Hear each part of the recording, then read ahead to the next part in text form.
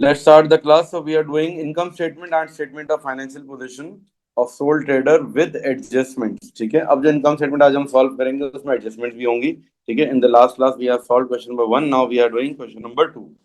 Adjustment वाली income statement में क्या होता है? देखो additional information जो है ना, these are called adjustments. वरना विदाउट एडजस्टमेंट वाले में there is only one additional information. अब क्या है, इतनी सारी एडिशनल इन्फॉर्मेशन आ रही हैं. क्या क्या एडिशनल इन्फॉर्मेशन है ना, एक एडजस्टमेंट हमारी डेप्रिसिएशन की है. ठीक है, नेक्स्ट एडजस्टमेंट हमारी अलाउंस फॉर डाउटफुल डेट्स की है. ठीक है, नेक्स्ट एडजस्टमेंट हमारी है rent is prepaid, electricity is accrued. ये क्या प्री पेमेंट और एक्रूड की है. देखो क्या है, थोड़ी थोड़ी एडजस्टमेंट देख लेते हैं. प्रीपेड जो होता है ना, प्रीपेड हमेशा क्या होता है, माइनस. 9,000 रेंट का प्रीपेड है ना, मतलब रेंट की जो वैल्यू है उसमें से 9,000 माइनस हो जाएगा. इसमें से -9,000, 16,000 -9,000 कर देंगे. नेक्स्ट हमारे पास क्या है, electricity is accrued.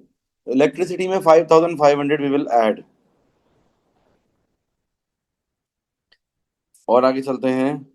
Loan carries interest at the rate of 8%. Loan पे 8% का इंटरेस्ट है. लोन की प्रिंसिपल अमाउंट कितनी है, 1 लाख. उसके ऊपर 8% इंटरेस्ट, तो 100,000 का 8% लगा लो, 8,000 आएगा. ये एक्सपेंस में चला जाएगा. अच्छा, कीप दिस इन माइंड, एक बात याद रखना कि हर वो चीज जो एडिशनल इन्फॉर्मेशन में यानी कि एडजस्टमेंट में है, उसके दो इफेक्ट्स होंगे. ठीक है, सब मेरी बात समझ रहे हैं. हर वो चीज जो एडिशनल इन्फॉर्मेशन में है उसके कितने इफेक्ट्स हैं, दो. तो इनकम स्टेटमेंट में भी एक इफेक्ट आएगा और एक बैलेंस शीट में भी आएगा. यानी balance sheet mean statement of financial position. तो अब जैसे कि लोन इंटरेस्ट की बात कर लेते हैं हम. लोन इंटरेस्ट 8,000 आया ना इनकम स्टेटमेंट में. स्टेटमेंट ऑफ फाइनेंशियल पोजीशन में क्या आएगा, लोन का स्टेटमेंट ऑफ फाइनेंशियल पोजीशन में ये आएगा कि कितना बाकी है, एक्रूड कितना है. तो ऊपर जाके देखें जरा, लोन इंटरेस्ट पेड है 5,600. इसका मतलब है कि 8,000 -5,600 कर देंगे तो 2,400 जो बचेगा वो आ जाएगा हमारा करंट लाइबिलिटीज में. करंट लाइबिलिटीज में. ठीक है, इसको क्या बोलेंगे, इसका नाम क्या होगा, अदर पेबल्स. ठीक है, अदर पेबल के नाम से आ जाएगा. अच्छा, सेकेंडली ये जो हमारे पास प्रीपेड और एक्रूड है, ये भी प्रीपेड भी क्या होता है अगर हम देखें तो, ये जो 9,000 का प्रीपेड है ये भी क्या आएगा करंट एसेट्स में. और जो प्री अक्रूड है ये भी आएगा करंट लाइबिलिटीज में. ठीक है, जब स्टेटमेंट ऑफ फाइनेंशियल पोजीशन कर रहे होंगे तो मैं आपको वापस से याद दिला दूंगा. अच्छा, डेप्रिसिएशन की भी हैं चीजें, दो एडजस्टमेंट्स हैं. वो क्या क्या हैं, डेप्रिसिएशन का रूल ये है, करंट ईयर की डेप्रिसिएशन, इस साल की डेप्रिसिएशन इनकम स्टेटमेंट में आएगी. और बैलेंस शीट में क्या आएगी, टोटल डेप्रिसिएशन. बैलेंस शीट में जो डेप्रिसिएशन आएगी वो क्या आएगी, टोटल. ठीक है, इस साल की भी और पुरानी वाली दोनों ऐड होकर डेप्रिसिएशन कैलकुलेट कर लेते हैं. मोटर व्हीकल्स के ऊपर है स्ट्रेट लाइन मेथड ना, तो ये हो जाएगा आपका मोटर व्हीकल्स की डेप्रिसिएशन हमारी कितनी है, 200,000 है. ठीक है, एडजस्टमेंट नंबर 2 में करवा रहा हूँ. मोटर व्हीकल की डेप्रिसिएशन 200,000 मल्टीप्लाई बाय 15%, 30,000 हो गई डेप्रिसिएशन. ये डेप्रिसिएशन कौन सी है, ये 30,000 जो है ना ये एक्सपेंस में जाएगी. और इसके अलावा बैलेंस शीट में क्या होगा, एसओएफपी में क्या होगी, डेप्रिसिएशन टोटल जाएगी. तो इसमें 30,000 plus previous depreciation, previous question में गिवन होगी हमेशा. देखो जरा क्वेश्चन में कितनी गिवन है डेप्रिसिएशन, बताया मुझे क्वेश्चन में कितनी गिवन है, दिस वैल्यू. देखो लिखी हुई ना, provision for depreciation on motor vehicle कितनी है बोले, 2,994. देखिए बोलेंगे तो आप लोग जागते भी रहेंगे, मेरे साथ एक्टिव रहेंगे. ये आ जाएगा 5,994. ये आएगी एसओएफपी में. इसी तरीके से कंप्यूटर की कैलकुलेट कर लेते हैं. कंप्यूटर की डेप्रिसिएशन कितनी है, जरा ऊपर जाके देखें. कंप्यूटर की डेप्रिसिएशन के लिए परसेंटेज दी हुई है 25%. लेकिन यहाँ पर एक और बात बोली हुई, reducing balance method. Straight line method में क्या होता है, डायरेक्ट परसेंटेज लगती है. रिड्यूसिंग बैलेंस मेथड में डायरेक्ट परसेंटेज नहीं लगती, उसमें पहले प्रीवियस डेप्रिसिएशन माइनस होगी फिर परसेंटेज अप्लाई होगी. तो इसके लिए हम क्या करेंगे, ये देखो 225,000 में से आपको पहले ये वाली वैल्यू कितनी है बोले, 34,300, ये माइनस करनी पड़ेगी, then you will apply percentage. तो 225,000 225,000 -34,300 मल्टीप्लाई बाय परसेंटेज. कितनी, 25% है. बताएं क्या आंसर आ रहा है.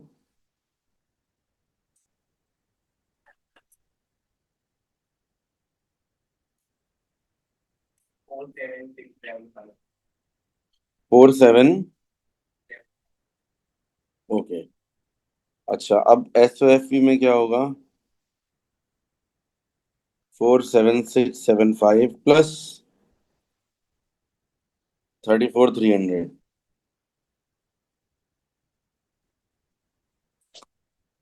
47675 +34,300।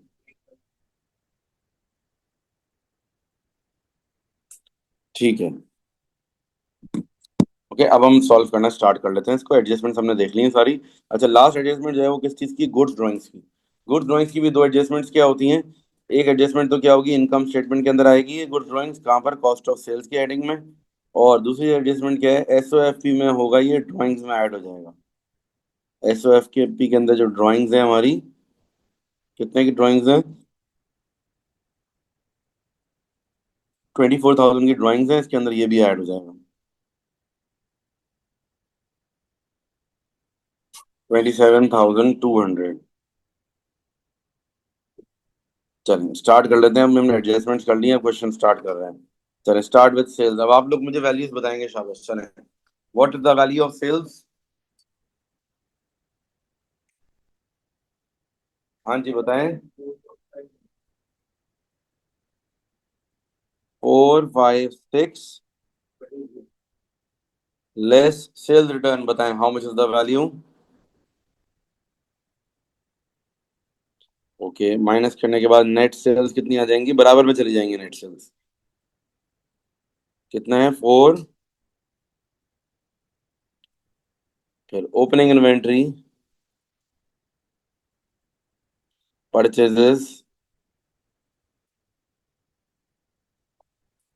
Carriage inverts, 4600। परचेज रिटर्न्स 2500, ये ब्रैकेट में आएगा क्योंकि माइनस है। गुड्स ड्राइंग्स, गुड्स ड्राइंग्स आएगी हमेशा एडिशनल इंफॉर्मेशन में से, ठीक है। Last is closing inventory.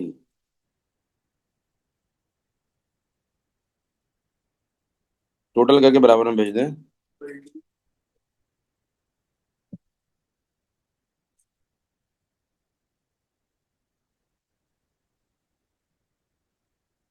अब ये 222900 को ऊपर वाली नेट सेल्स से माइनस करेंगे, क्या आएगा? This is the gross profit. अच्छा, then we have other income. Other income में क्या क्या आएगा आपके पास? डिस्काउंट रिसीव सबसे पहले देखें, 8450। और decrease in provision for doubtful debt. अच्छा, decrease in provision for doubtful debt की हमने एडजस्टमेंट सॉल्व नहीं की थी, इसको दोबारा सॉल्व कर लेते हैं। ये है एडजस्टमेंट नंबर 3। एडजस्टमेंट नंबर 3 क्या है? Allowance for doubtful debt is to be maintained at 8% of trade receivables. अब ट्रेड रिसीवेबल्स हमारे कितने के हैं? 60,000 के ट्रेड रिसीवेबल्स हैं। एडजस्टमेंट नंबर 3 सॉल्व कर रहा हूँ मैं। 60,000 का 8% लगाएंगे पहले तो हम। जो आंसर आएगा 60,000 का 8% क्या बन रहा है? 4,800। ये जो आंसर आ रहा है, this is the new provision, सही है। This is the balance carried down of provision. अब ओपनिंग बैलेंस कितना है पहले से? प्रोविजन पुराना कितना है? 9,500 है। ये बैलेंस ब्रॉट डाउन था। इसका मतलब प्रोविजन हमारा डिक्रीज हो गया, 4700 से डिक्रीज हो रहा है प्रोविजन। देखो, जब हम इसको माइनस करेंगे तो आंसर क्या आएगा? नेगेटिव में आएगा। ये मैंने ब्रैकेट जो लगाया, ब्रैकेट का मतलब माइनस। ठीक है, ब्रैकेट हटा देता हूँ, अगर आप लोग को समझाने के लिए ऐसे ही माइनस लगा दूं। तो ये माइनस करेंगे, आंसर नेगेटिव में आ रहा है, बट हम नेगेटिव लिखेंगे नहीं, बट नेगेटिव हमें ये बता रहा है कि इट्स अ डिक्रीज। ठीक है, जब डिक्रीज होता है तो अदर इनकम के अंदर आता है। Okay, provision for doubtful dates other income में आ जाएगा ये। चलें, तो ये आ जाएगा 4,700। अब इन दोनों को ऐड कर लें और बराबर में ले जाएं। 113,13150, इनको ऐड कर लो। 224250, ये अदर इनकम ऐड हो गई हमारी। Now will move on towards expenses. पहला एक्सपेंस क्या है? Carriage outwards. कितना? नेक्स्ट एक्सपेंस इज रेंट, लेकिन रेंट के अंदर एक एडजस्टमेंट है। देखो, रेंट के अंदर कुछ प्रीपेड या अक्रूड है, क्या है? देखो जरा जाकर वापस से क्वेश्चन में। क्वेश्चन आप सबके पास हाथ में होना चाहिए। क्वेश्चन आप मुझे मेरे ऊपर वो नहीं करोगे कि बोर्ड से मैं देखूं क्वेश्चन। मैं क्योंकि जाहिर है मैं दो पेज पे काम कर रहा हूँ, क्वेश्चन का पेज बार बार पीछे चला जाएगा। आपके पास अपना क्वेश्चन होना चाहिए। अच्छा, रेंट जो है वो कितने का है? हमारा ओरिजिनल वैल्यू कितनी है? 16,000, जिसमें से 9,000 का प्रीपेड है। प्रीपेड हमेशा माइनस होता है। Next is electricity.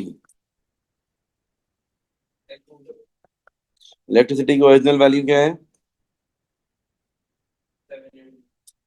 प्लस 5,500 का एक्रूड हो गया। कितना बन जाएगा? सैलरीज कितना?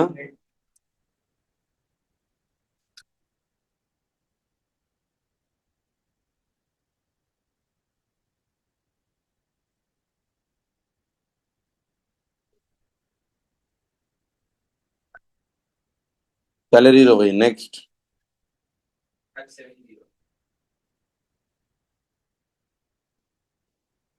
Repair and maintenance.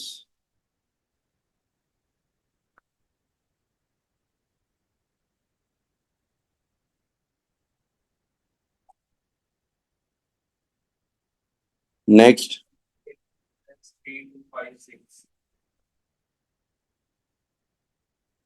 Communication expense क्या है? 3 2। नेक्स्ट,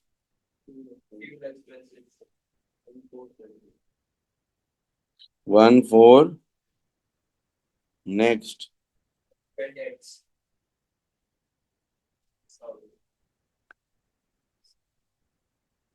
फिर नेक्स्ट।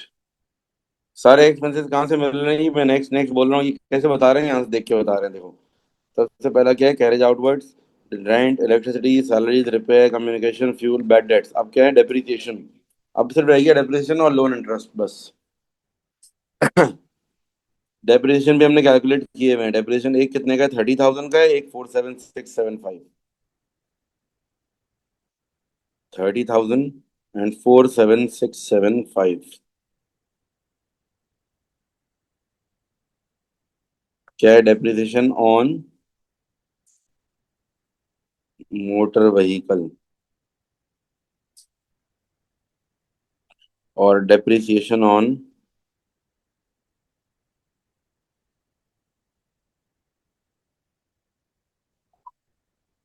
फिर उसके बाद है लोन इंटरेस्ट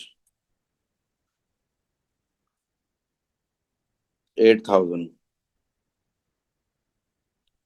इसको बराबर में भेज देंगे।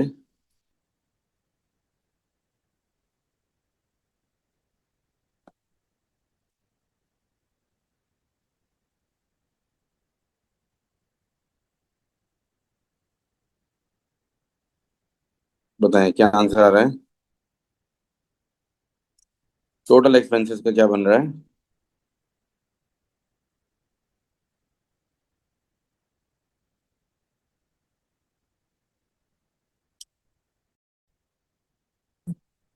143,219।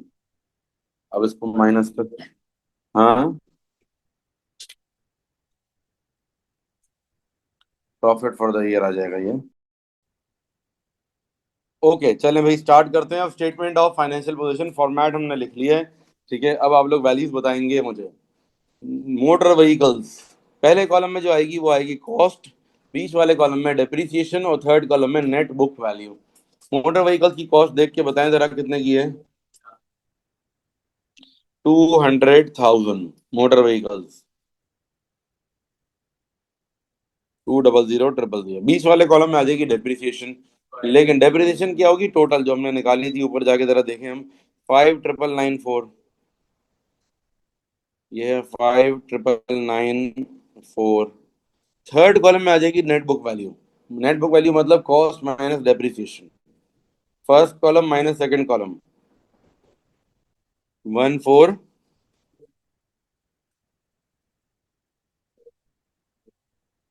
चाहिए। 1 4 0 0 6। फिर नीचे आ जाते हैं कंप्यूटर्स।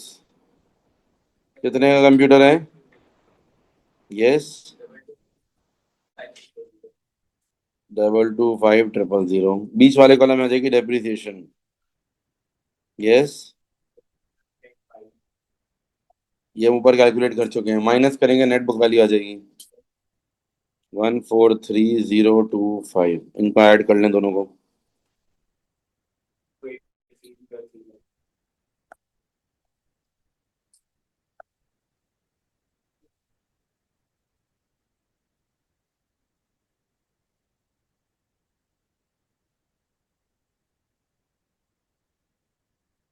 अब टोटल क्या बन रहा है?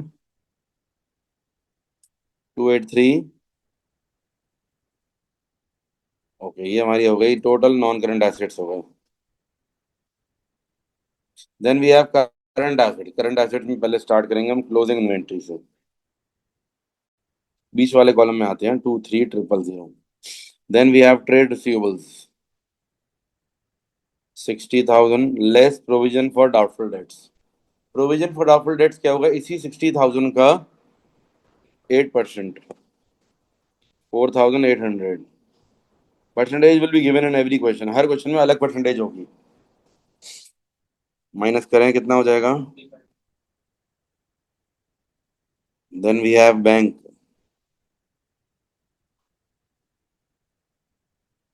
Then we have cash.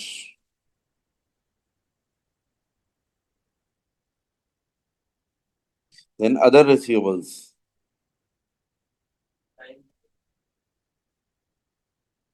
Other receivables में आता क्या है आप लोग बताएं? अदर रिसीवेबल्स में आता है प्रीपेड। ठीक है, हमारे पास एक ही प्रीपेड था 9,000 का। इन सबको ऐड करेंगे तो जो आंसर आएगा वो होगा टोटल एसेट्स। जो ऐड करेंगे वो होगा टोटल करंट एसेट्स। पहले बताएं कितना बन रहा है ये? जब टोटल करंट एसेट को लेबल ना भी करो तो मसला नहीं है, बराबर में लिख दो। और वैल्यू बताएं मुझे टोटल करंट एसेट्स की क्या आ रही है?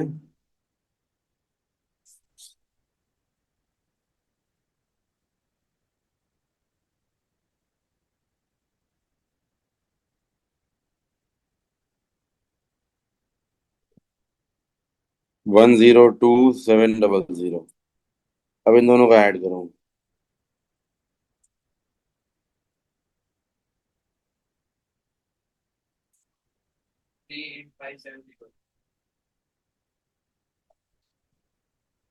385731।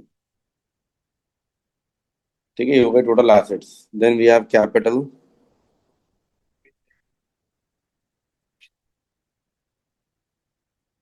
प्रॉफिट फॉर द ईयर, एक second continue.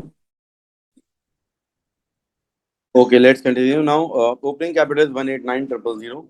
Then add profit for the year. Profit for the year, it will be 81031.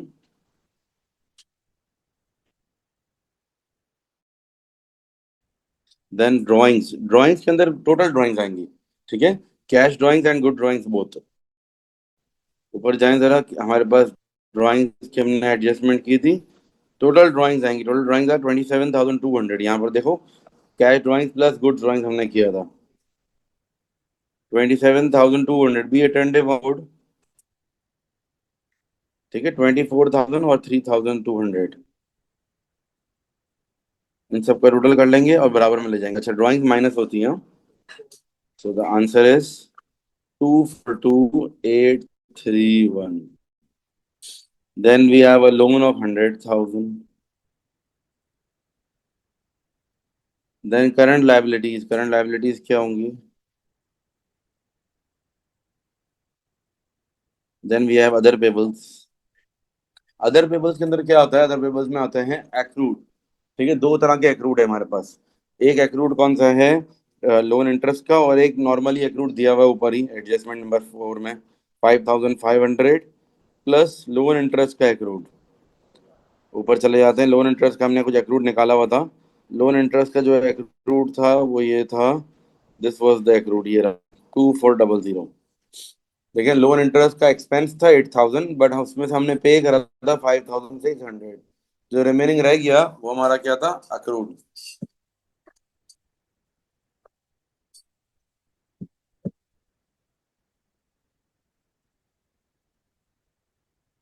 अच्छा, अब आगे चलते हैं।